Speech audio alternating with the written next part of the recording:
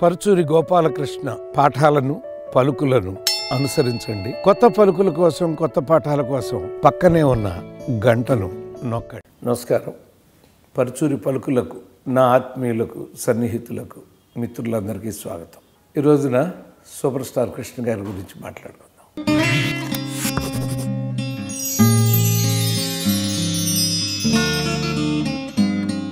ఆయన decision making గురించి వాళ్ళు చెప్తారు. అంటే ఆ సినిమా ఆడుతుందో లేదో తెలుసండి, కానీ అప్పుడు ఆయన ఏం చేస్తూ ఉండేవారు, సంవత్సరానికి 10 నుంచి 12, 13, 14 సినిమాలు కూడా చేసిన రోజులు, ఒక్కో రోజున 2-3 షిఫ్ట్లు చేసిన రోజులు కూడా మాకు తెలుసండి. ఆయన అంత కష్టపడేవాడు, అంత సూపర్ స్టార్ అయి ఉండి అంత కష్టపడతా ఉండేవాడు అండి ఆయన. అలా మనం ఏదన్నా చెప్పగానే టక్కని పట్టుకునేవాడు. 2, ఆయన రామారావు తర్వాత రచయిత యొక్క డిక్షన్ని వినాలని కృష్ణ గారు ఒకళ్ళు కోరుకుంటూ ఉండేవారు.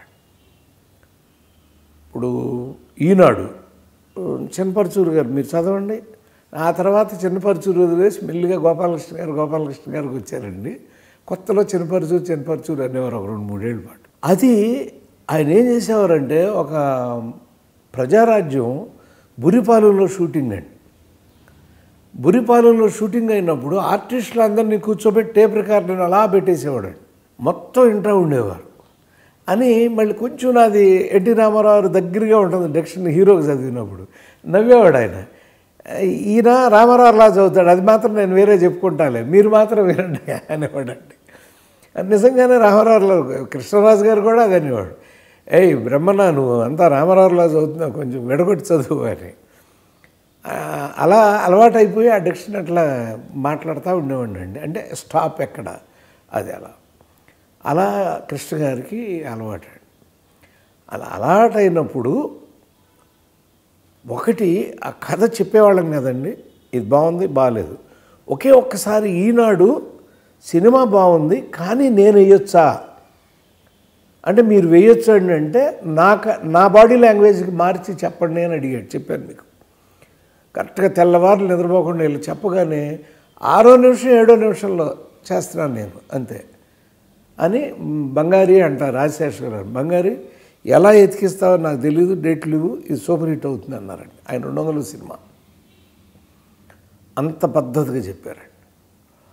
అలాగే 2 సినిమాలండి ఆయన వినగానే వద్దు అన్నారు, కానీ డైరెక్టర్లు వల్ల అవి వెళ్ళిపోయారండి. ఫస్ట్ ఫిల్మ్ వద్దండు ఆయన, మన అడవి రాముడు తీసిన ప్రొడ్యూసర్లు వచ్చి చెప్పించారండి,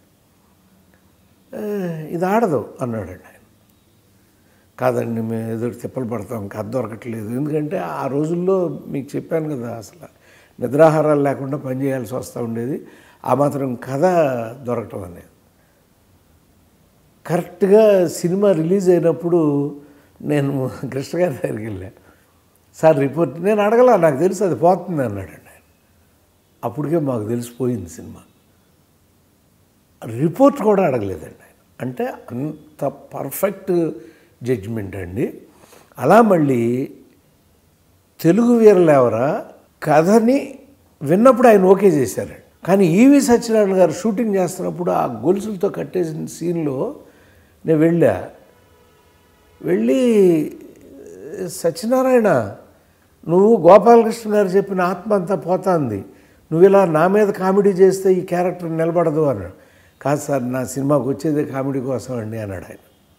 ఇలా అయితే ఆడదయ్యా, నేనుగా ఉండాలి అని ఆయన చెప్పారండి. అప్పుడు కరెక్ట్గా అది కూడా వెళ్ళిపోయింది. తెలుగు వీరలేవరా ఎంత బాధేస్తుందో. యాక్చువల్గా ఆయన నన్ను పిలిపించి అడవిలో అన్న స్క్రిప్టు నా దగ్గర చెప్పించుకున్నారు. ఇది నాకు మీరు డైరెక్ట్ చేయండి 300 సినిమాగా అని నన్ను అడిగాడు. నాకు వద్దండి, నేను గోపాల్ గారిని అలా పిలుస్తాను అని అనేసరికి మళ్ళీ ఈలోపు ఈవి సత్యనారాయణ, అంటే అప్పుడు భయంకరమైన గ్లామర్లో ఈవి సత్యనారాయణ గారు ఉన్నాయండి. ఆయన డేట్లు ఇస్తే చాలు ఆయన వచ్చాడండి. సర్లే ఆయన కథ ఇవ్వండి అంటే, తెలుగు వీరలేవరా నేను చెప్పాను, ఆయనకు నచ్చింది. కానీ మీరు చూస్తే తెలుగు వీరలేవలలో బఫూనరీ కామెడీ వచ్చేస్తుందండి. అంటే ఒక పల్నాటి సింహంలాగా ఒక ఎమోషనల్, ఈవెన్ సర్దార్ కృష్ణనాయుడు గొప్పగా ఆడకపోయినా కథలో ఉన్న లోపం వల్ల బట్ కృష్ణ గారి పెర్ఫార్మెన్స్ మైండ్ బ్లోయింగ్గా ఉంటుందండి. దాంట్లో తప్పులు కనుక సరిచేసి ఉంటే మాత్రం సర్దార్ కృష్ణనాయుడు కూడా అక్కడెక్కడో నిలబడేది సినిమా. ముఖ్యంగా ప్రీ క్లైమాక్స్ తప్పు మీకు ఎప్పుడైనా పాఠాల్లో చెప్పేప్పుడు మళ్ళీ ఆ ఒక్క ఇన్సిడెంట్ చెప్పి ఒక చిన్న తప్పు సినిమాని ఎంత పాడు చేస్తుందో మీకు చెప్తాను నేను. సో అలా ఇవాళ ఈ పలుకులు మీ దగ్గర ఎందుకు పలుకుతున్నానంటే, కృష్ణ గారు అద్భుతమైన జడ్జి, కానీ అదే రామారావు అండి మీకు చెప్పాను మేజర్ చంద్రకాంత్ మోహన్ బాబు గారు డైరెక్టర్, మోహన్ బాబు గారు నిర్మాత, రాఘవేంద్రరావు డైరెక్టర్, పర్జూల్ బ్రదర్స్ రచయితలు. మేము వినేదేముంది కథ కానివ్వండి. నేను ఒకసారి అడిగాయండి, అనగాది ఏంటంటే ఇట్లా అంటున్నారంటే, బరువు నేను మోస్తే సినిమా పోతే నేనే బాధ్యుడిని అవుతా, బరువు నీ మీద పెడితే నువ్వే బాధ్యుడు అవుతావు.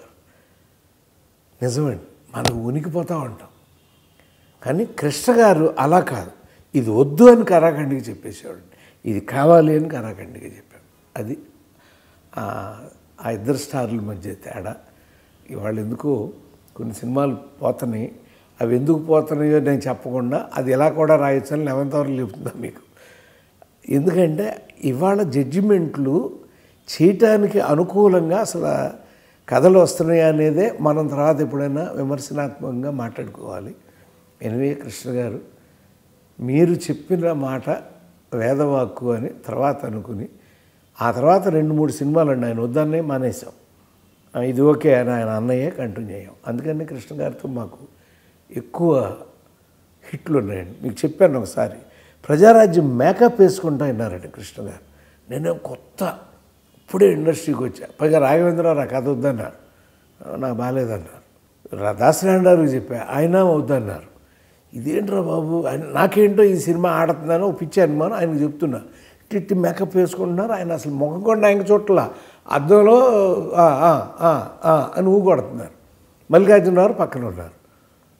టప్మని అదంతా అయిపోగానే మల్లికార్జునరావు సూపర్ హిట్ అవుతుంది తీయండి అన్నాడు. 175 days ద టాక్స్లో. So that is Krishna. అది సూపర్ స్టార్ కృష్ణ గారి జ్ఞాపకం. నమస్కారం.